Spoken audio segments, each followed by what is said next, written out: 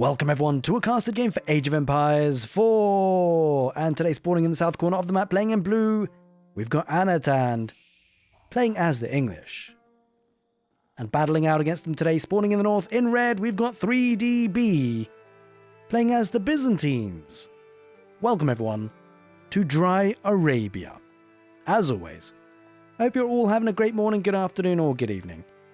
We're going to be here for some cracking Age of Empires 4 action. Two incredibly popular civilizations. Dare I say the most popular civilizations in Age of Empires 4? Quite likely. We are on the public update preview. Essentially a sneak peek into what comes into Season 9 for Age of Empires 4. Pretty excited for this one, of course. Plenty of changes to think about. Well, I guess a lot of it comes down to siege. We're probably not going to see too much of that today. What we all see a lot of, most likely, are longbows. Of course, the English are known for them. It's their main flagship, I guess, special unit, as it happens. The Byzantines, though, in many ways, I feel like they're kind of like the English civilization, but on steroids. We shall see what Anotand can do up against them today. The cistern, of course, the big heart of the Byzantine economy.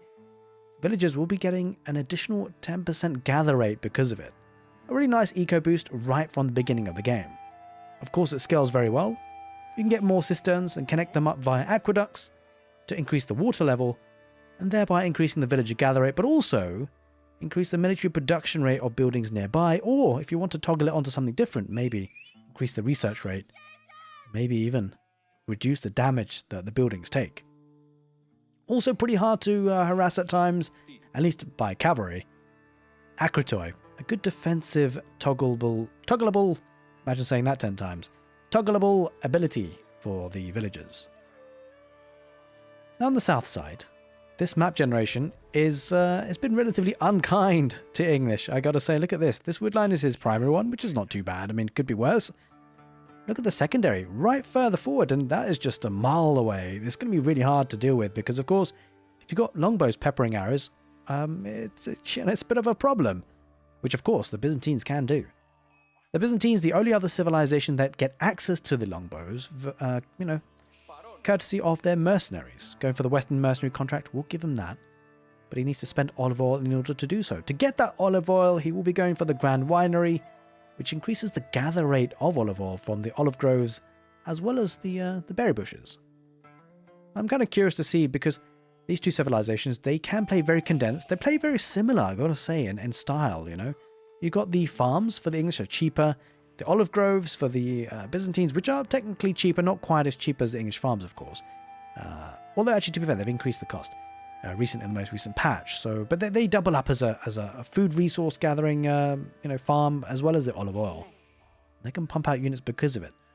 I feel like the tempo aggression side of things definitely does favour the Byzantines, and that could become a problem for the English, because if the Byzantines do scale a lot of army quickly, they could really condense and contain the English civilization today, considering the map spawn and how really kind of unfavourable it is. It's got the woodline and gold, sure.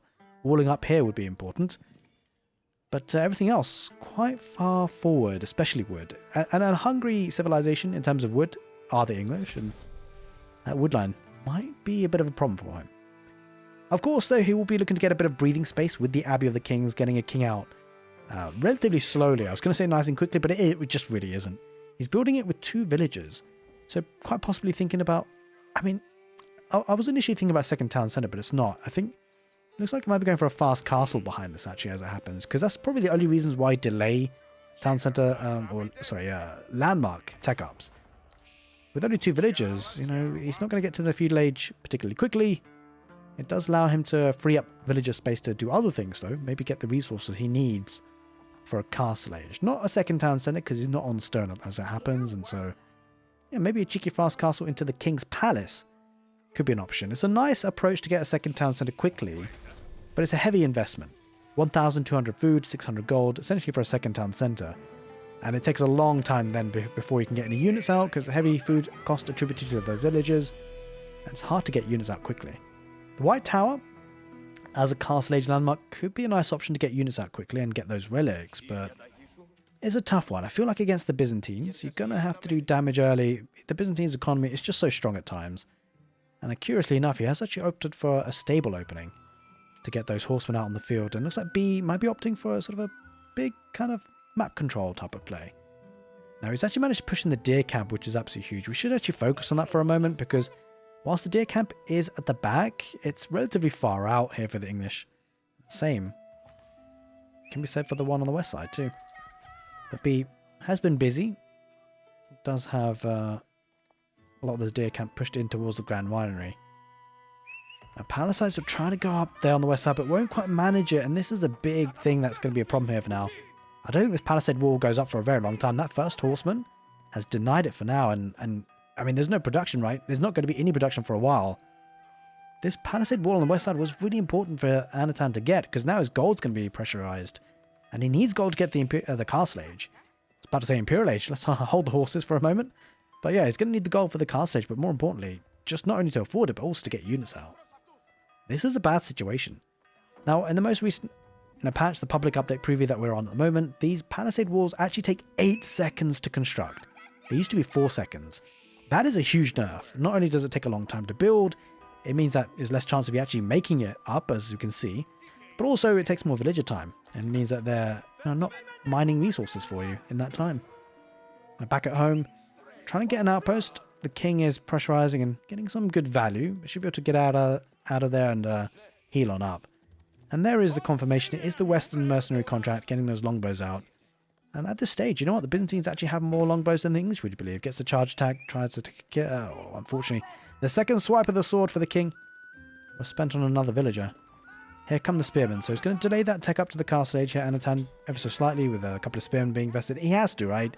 This is the powerhouse of the Byzantines, getting the horsemen out nice and early, forcing the English into spearmen, and he does get another. He does get the first villager there on that wood line. Now, back at home, the great thing for the Byzantines, by the way, when you place foundations for buildings, you actually, and build them, of course, you actually get a bit of stone. So he's actually managed to afford the arrow slits upgrade for his outpost. It means the damage output from the king is relatively limited at this point. Horseman loses himself under the farm and will disintegrate into the farmland wheat. Wouldn't want to have that loaf of bread.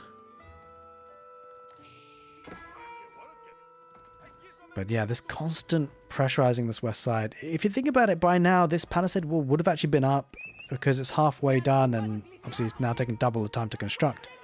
And that longbow snipes yet another villager. And he might even get, not going to kill that spearman in the end, but almost did. Oh, he did. Just about. The horseman going to dive on in, and it's a big deal losing that spearman, because 3 spearmen is not a position you want to push in, really, with the horseman. Might try and snap another villager. We'll get another villager on the farm. That's brutal. And this is slowly starting to become a bit of a problem. Lost 3 villagers in total. Trying to take out the spearmen so he can dive with the horseman. Iron undermesh on the way for Anotand. I don't think he's got a blacksmith just yet here, B. Not quite. But that's because he's pumping everything else. And what this does, it allows Byzantines to get onto the map. Wouldn't be surprised to see him, look to get the other berry bushes, because that gives him both food and olive oil. Means more longbows, means more horsemen, means more everything. He's sniping down the spearmen. 2 more remain. About to go down, though. The longbow is protected by the horsemen. This should be a fight that actually the Byzantines might win. The king has something to say about it, though. But without any spearmen on hand, the longbow is getting some good damage output now on the horsemen. And the horsemen for the Byzantines stay alive a lot longer without spearmen being in their face. Might be a better option to get out of the town centre fire, though, because that town centre for the English is incredibly powerful. The king, though, is going to hold it in the end. Effectively, defender's advantage is what's holding the situation for Anotand. And maybe, just maybe, he might get the palisade walls up in the end. But this is a huge deal in this fight, in this match. This palisade wall on the left side. And Anotand's initial plan for a fast castle kind of foiled here a little bit.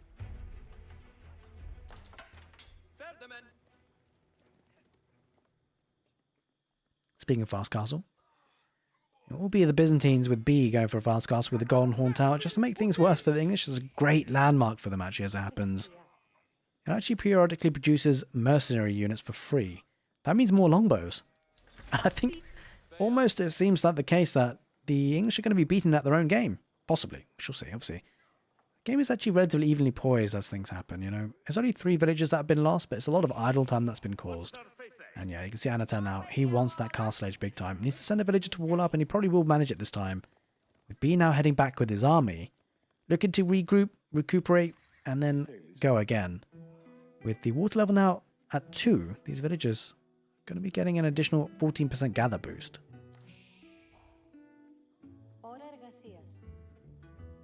Now, the Byzantines, like many other civilizations, have something quite nice for them in the Castle Age. By the time they get there, they can often have a decent amount of stone in order to be able to afford a second town centre. Obviously, we're not there just yet, but as he does continue to make more production buildings, as just more buildings generally, he's edging towards that time. And he might need a second town centre to match up the King's Palace. The trouble is for the English, he's been under so much pressure already, and in some ways this is going to increase the vulnerability. The villagers, you have to pay full cost for them. And they do not come cheaply. It means that there's less food to go around, less food for military, especially horsemen. It means that actually should be able to get these relics back home pretty safely.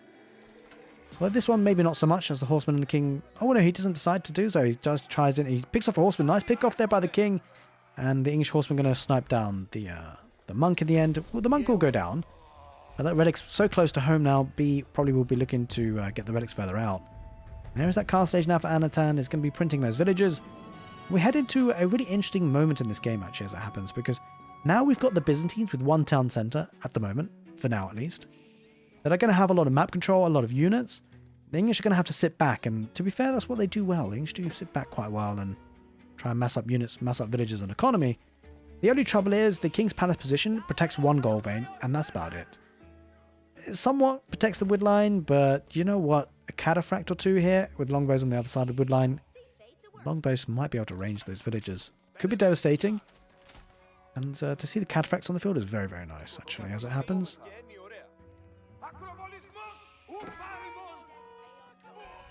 Does take down a horseman, and yeah, you can see this now venturing out into the berries on the back. Free to do so. Berries here as well, and there's not a lot that Anotand can do to deny it. And this is going to escalate very heavily.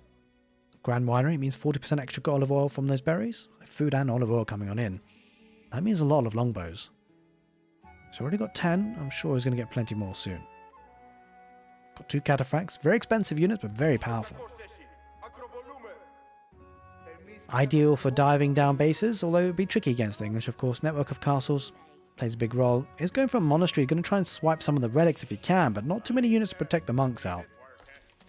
He's going to have to wait for it as well, actually, as it happens. By the time the monk comes out, not too sure there's going to be too many relics up for grabs. It's got this one potentially he can take, but the others are definitely right for the taking for the Byzantines. And the veteran archers, or veteran longbows, I should say, doing great work against the horsemen. These are still feudal age horsemen, so, you know, Anotand not really wanting to engage this just yet.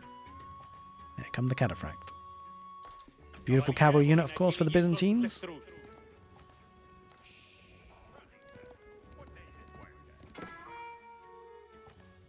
Oh, perfectly timed by the cataphract. We'll take down the monk in the end. Unfortunately, Anotand just can't catch a break. He can't even get a single relic at this point. And things are probably going to get worse. Sure, Anotand has a stronger economy in terms of villager count, but you know what? Every villager for the Byzantines is working harder. 14% harder, to be exact. Well, the ones that are inspired, at least. King's Palace will offer some protection. He can't just dive in here too easily. I'm kind of curious to see how strong the cataphract is versus the king. I mean, the king's got 295 health, not too shabby. 20 melee damage as a base. Cataphract does 27 melee damage and 360 health. You can just see the big mismatch there, of course. You'd expect that. The cataphracts are very expensive. They're a castle age unit after all. I mean, as things go on though, the village count looking very healthy for Anotand. The question is, can he hold? That's the big question. He has to be able to hold the inevitable push that's coming in very soon from the Byzantines. Pushed away from berries for now, but probably not for too long. These are still feudal age horsemen as well, so the longbows won't really fear them too much at this point. Especially with the second upgrade in. Balanced projectiles. All around the back. Unfortunately, the deer camp, we talked about it earlier in the cast. The deer camp is there, but it's exposed, it's so far out, and all the outposts will offer some protection. The cataphract will still be idling. All those spearmen, they're super exposed. He loses one, loses two, likely to lose a third, or doesn't quite get it in the end. B having to back away. Playing it patiently, but B with a great amount of military units. Looking in a good spot, and here come the olive grove transition. I've got to say, when these olive groves come online, The Byzantine powerhouse really gets rocking and rolling. They get so much food, so much olive oil, so many longbows. It almost feels like Anatand's on a timer. He needs to get that economy rocking. He needs to get military units out quickly before the Byzantine's war machine comes online. He's already got... Oh, might pick off one cataphract. This is a big pick off. They're very expensive units after all. Almost 300 resources. Nice pick off there by Anotand. 4 relics. By the way, bear in mind that the relics inside the Grand Winery is getting more olive oil as it happens as well. Look at that. 239 per minute. I'm kind of curious. We didn't actually check it earlier in the cast, but you do get certain mercenaries from the trade post. If you place a mercenary house next by, it would have been mercenary Magadai. It could have been desert raiders. I don't think we'll see that today. Cataphract Longbowman. This is such a powerful armor composition. I mean, how do you beat it? We have to talk about it. We have to think about this. How do the English actually beat this army? You can't go spearmen. Just too many longbows here. They're pumping them for free with olive oil.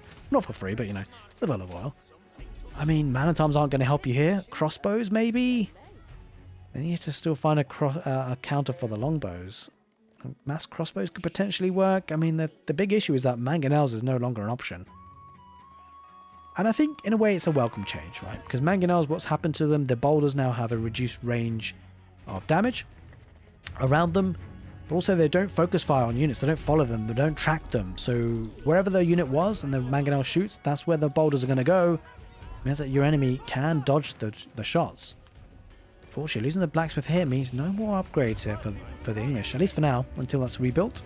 Especially considering it's another 150 wood he has to spend into that. All villagers being peppered with arrows. Some of them haven't reacted, and he will lose more on that wood line. He's lost a couple already. Oh, this is not looking too good. Anotand losing so many villagers, and the cataphracts are tanking, and there's no way really that Anotand pushes that. He's still got a good, healthy villager lead, but the trouble is there's a lot of idle time on the villagers that he does have. He needs to find a way to find wood safely. It's not looking easy right now.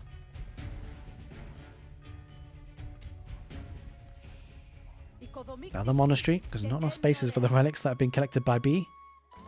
On the gold on the right side is going to need a lot more than just one outpost though to protect it. Cataphracts might be heading that location now. Spearmen going forward, just a bit of a scouting party there, but promptly sniped out by those longbows. The Olive Grove transition is scary at the moment. Cataphracts potentially about to dive in the villagers. They're back away for now, going for the berries. He's desperate for any resource he can get. He's got to keep these villagers working, but yeah, these guys aren't safe. There's just not enough real estate, not enough space here for the English. And he's been suffocated by the Byzantine war machine, cataphracts and longbows. And I mean, tell me now in the comment section below, are you enjoying what you're seeing today, the English suffering, or is it hurting you to the core? I think it's going to polarize people quite a lot. Let me know, but there is a window. There is a window for the English if they can just build up a large enough army. He's going for crossbows mainly, which is kind of expected to see. Has added in a handful of man-at-arms, which would be pretty tanky against the longbows at least. Not so much against the cataphracts. But if he can find a way to get the cataphract numbers down, potentially. I mean, the town center fire is barely doing any damage to the cataphracts, which is kind of crazy. Spearmen trying to chase, but they all picked off by the longbows. It's going to be the man-at-arms tanking. But I think they're still early man-at-arms. That's a big problem. Veteran longbows will still snipe them heavily. He's going to get the man-at-arms upgrade now, but he's going to lose a lot of them before the hammers. Trample comes on through. Villagers having to flee for their lives. Trample comes right on top of the mass of the crossbows. Now he will lose cataphract numbers now, which is actually good for the English. And he is holding, but you know what? Slowly but surely. It's getting dangerous. The 5th relic. He actually managed to pick that one up. How did he get that? Anyway, he swiped it. It's coming home. 5 relics in for B. Almost. And he should probably get the sacred sites as well. Crossbows focusing on the longbows, but here come the cataphracts trampling on through. A couple of Landsknechte as well. That's giving a lot of breathing space for those Landsknechte to get involved. Those cataphracts decimating through that front line of crossbows. And he's really taking this fight. Now he will lose the cataphracts, but there still leaves a lot of longbows in behind them. The glass cannons that are the Landsknechte have gone down. B, he's trading, right? He recognizes he can't dive in right away, so he's just going to poke and prod, cause idle time, kill villagers where he can. And the villager difference is 7, but don't forget, the water level now at level 3. Gather rate is 18%, and there's so many olive groves. Olive oil per minute is 605. Bear in mind a longbowman group isn't that expensive. And he's going to get a couple free from the Golden Horn too. the landmark for the castle age.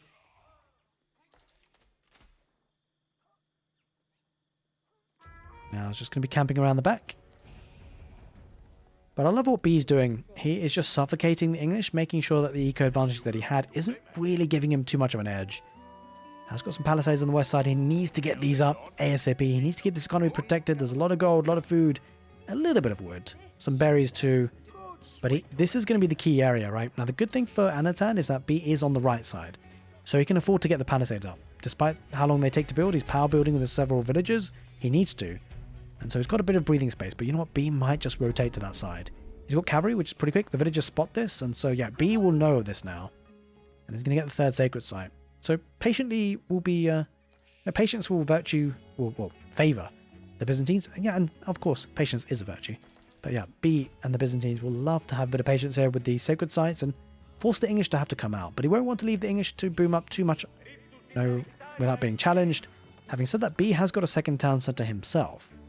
So realistically, the economy is not going to be scaling more so for the English. In fact, if anything, the Byzantines have got more space to scale with more cisterns potentially on the way.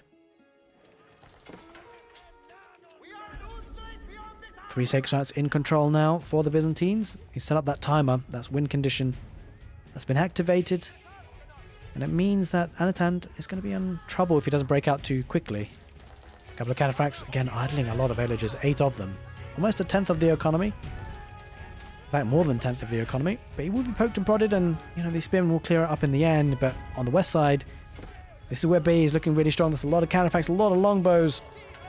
45 longbows, peppering their arrows with not bodkin bolts, but the second ranged attack upgrade as well. This can do a lot of damage. Cataphracts trampling on through, villagers scampering for their lives. There's so many farms. Sure, the English farms are cheaper, but they're all vacant, and he's not getting any food from it. This is not looking too good at all.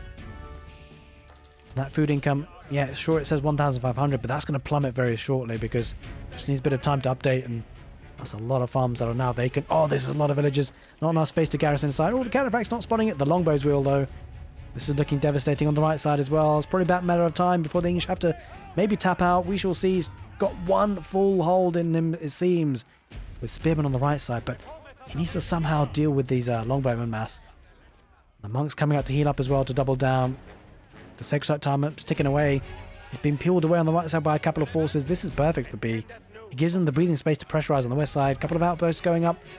Likely to get Mangano outposts. That's exactly what's happening. Doubling down in this area.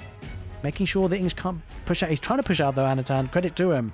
He's trying to break out, do some eco damage against his enemy, but chances are these cataphracts are going to dive on in. And the amount of wood and gold in play for B, wouldn't be surprised to see a couple of Chirosyphons, although these villages have to scamper away. He's diving in deep now this time. And the longbow is going to pepper everything that's in their way. Cataphracts trampling on through, and it just feels like who's going to die first, and you got to say B's got the stronger army. There's no doubt about it. This has certainly changed things, and well, it's fascinating to see these two civilizations battle out against each other. It just feels like the Byzantines are kind of like the English on steroids. B's played this really well though. He's definitely made the map work for him. Focused on where Anotand was vulnerable, and yeah, these longbows are going to keep all these villages idle. In fact, half the economy is idle for Anotand. Surely there's no way back, but Manganore placement will get some good damage for B at least. Back at home is well protected, that's the big thing. Cataphract's going to trample on through potentially. Spearman numbers starting to dwindle, a couple of man-at-arms, palings being deployed back at home. More importantly though, here come the Chirosyphon, and surely here from here on out it's going to be an uphill battle. Anotand is down and out on villagers in terms of comparing it to his enemy.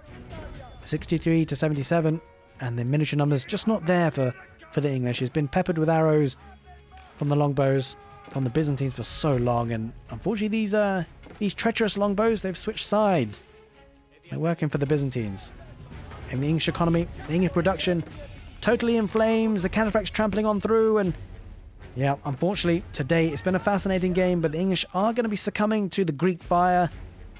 The olive oil has been a precious resource in this match.